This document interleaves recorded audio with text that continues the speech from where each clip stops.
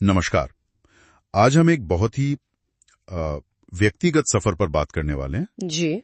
एक ऐसी कहानी जो भारत के एक गांव से शुरू होती है और पहुंचती है सऊदी अरब तक। ये जो जानकारी है ये असलम की जिंदगी का सफर गांव से परदेश तक नाम के एक वृत्तांत पर आधारित है। अच्छा। और ये असलम ने खुद ही बयान किया है अभी हाल ही में 22 जून 2025 को सऊदी अरब के रस्तनूरा में। वो अपने बीते दिनों को याद कर रहे थे। बिल्कुल, तो उनकी अपनी जुबानी है ये कहानी। हाँ, तो आज हम कोशिश करेंगे कि इस सफर के जो खास पड़ाव रहे, जो मुश्किलें आईं और क्या कुछ सीखा उन्होंने, उसे समझे। जरूर, चलिए देखते हैं। तो कहानी शुरू होती है 1979 से, जब असलम का जन्म हुआ। वो बताते हैं कि बचपन बहुत अच्छा गुजरा, अब्बू का बहुत प्यार मिला, किसी चीज की कमी महसूस नहीं हुई और गांव के ही स्कूल से 5वीं क्लास तक पढ़ाई की। ये जो शुरुआती पारिवारिक माहौल होता है ना, खासकर पिता का स्नेह, ये बहुत मायने रखता है। हाँ, ये एक तरह की बुनियाद डाल देता है आगे की जिंदगी के लिए, एक हिम्मत मिलती है। सही कहा। फिर जब वो कोई 10 साल के हुए तो पिता के साथ कोलकाता चले गए।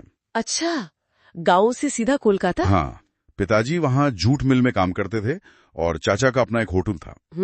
वहीं उर्दू मीडियम स्कूल में दाखिला ले लिया, पढ़ाई चलती रही, लेकिन इंटरमीडिएट तक आते आते थोड़ा मामला गड़बड़ा गया। कैसे? वो कहते हैं कि कुछ बुरी संगत में पड़ गए थे, गलत दोस्त बन गए और इस बात पर चाचा उनसे काफी नाराज रहने लगे। हाँ, ये उम्र ही ऐसी होती है, बाहर का माहौल, दोस्त बहुत जल्दी असर करते हैं। बिल्कुल। और कई बार परिवार के अंदर का जो तनाव होता है, जैसे चाचा की ये नाराजगी, ये भी अनजाने में जिंदगी को कहीं और मोड़ देता है। हाँ, और शायद इसी नाराजगी के चलते 1997 में उन्होंने घर छोड़ दिया। ओह। ज्यादा दिन नहीं, बस 17 दिन बाहर रहे, किसी होटल में काम किया, फिर हिम्मत करके घर एक चिट्ठी लिखी। अच्छा।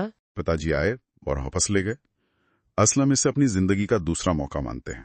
ये बहुत बड़ी बात है, परिवार का माफ कर देना, वापस अपना लेना। हाँ। ये बहुत हिम्मत देता है। सही। लेकिन हाँ, ये भी सोचने वाली बात है कि इस दूसरे मौके के साथ शायद एक दबाव भी आया होगा खुद को साबित करने का। हो सकता है।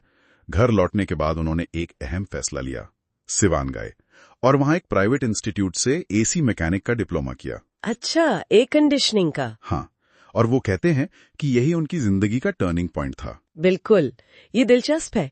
सिर्फ एक हुनर सीखना नहीं, बल्कि शायद उस भटकाओं के बाद किसी एक चीज पर ध्यान लगाना, एक दिशा मिलना। हाँ, वही। ये असल बदलाव होता है। और उस जमाने में, खासकर छोटे शहरों में, ऐसे प्रैक्टिकल स्किल्स की अहमियत शायद किताबी पढ़ाई से ज्यादा महसूस होती होगी। सही बात है। तो इसी हुनर के बल पर 1998 में वो लखनऊ गए। अच्छा। वहां उनके फुफेरे भाई थे जाकिर, उनके साथ काम सीखने लगे। पर शुरुआत आसान नहीं थी। अक्सर ऐसा ही होता है। 6 महीने तो बिना किसी तनख्वाह के काम किया। फिर जाकर 1500 रुपए महीना मिलने शुरू हुए। धीरे धीरे काम सीखा, तजुर्बा बढ़ा, फिर तबादले भी हुए। इलाहाबाद गए, रायबरेली, झांसी। मतलब मेहनत चलती रही। हाँ, और इसी दौरान 2002 में उनकी शादी हुई, फिर 2003 में बेटा हुआ जावेद और 2004 में बेटी। तो जिम्मेदारियां भी बढ़ रही थी साथ साथ। जी। और ये स्वाभाविक है, जब परिवार बढ़ता है तो इंसान बेहतर मौकों की तलाश करता ही है। बिल्कुल। ये जो सफर है ना, मुफ्त काम से शुरू करके अलग अलग शहरों में जाना, ये असल मेहनत और लगन की कहानी है। हाँ, छोटे छोटे कदमों से आगे बढ़े और फिर एक बड़ा कदम उठाया। 11 जुलाई 2005 को वो सऊदी अरब चले गए। अच्छा, सीधा परदेस? हाँ, रस्तनूरा शहर में।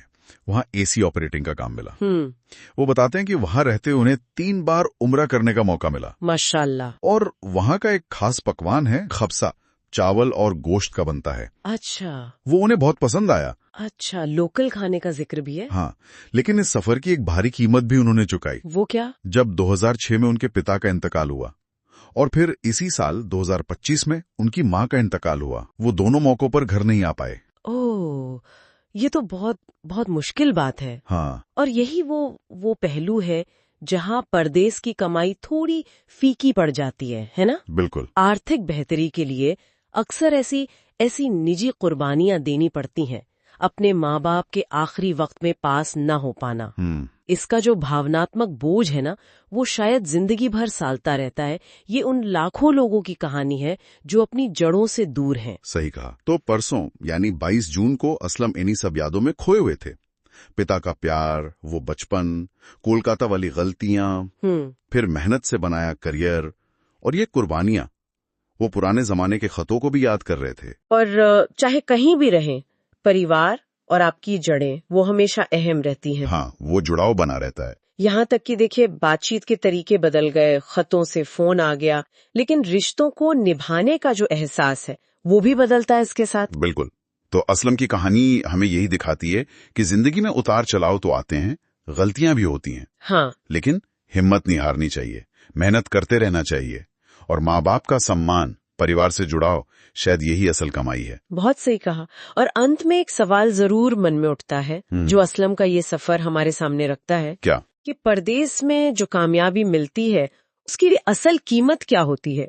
क्या ये तरक्की उन रिश्तों की, उस जुड़ाव की कीमत पर आती है जो हमें हमारी जमीन से, हमारी जड़ों से जोड़े रखते हैं?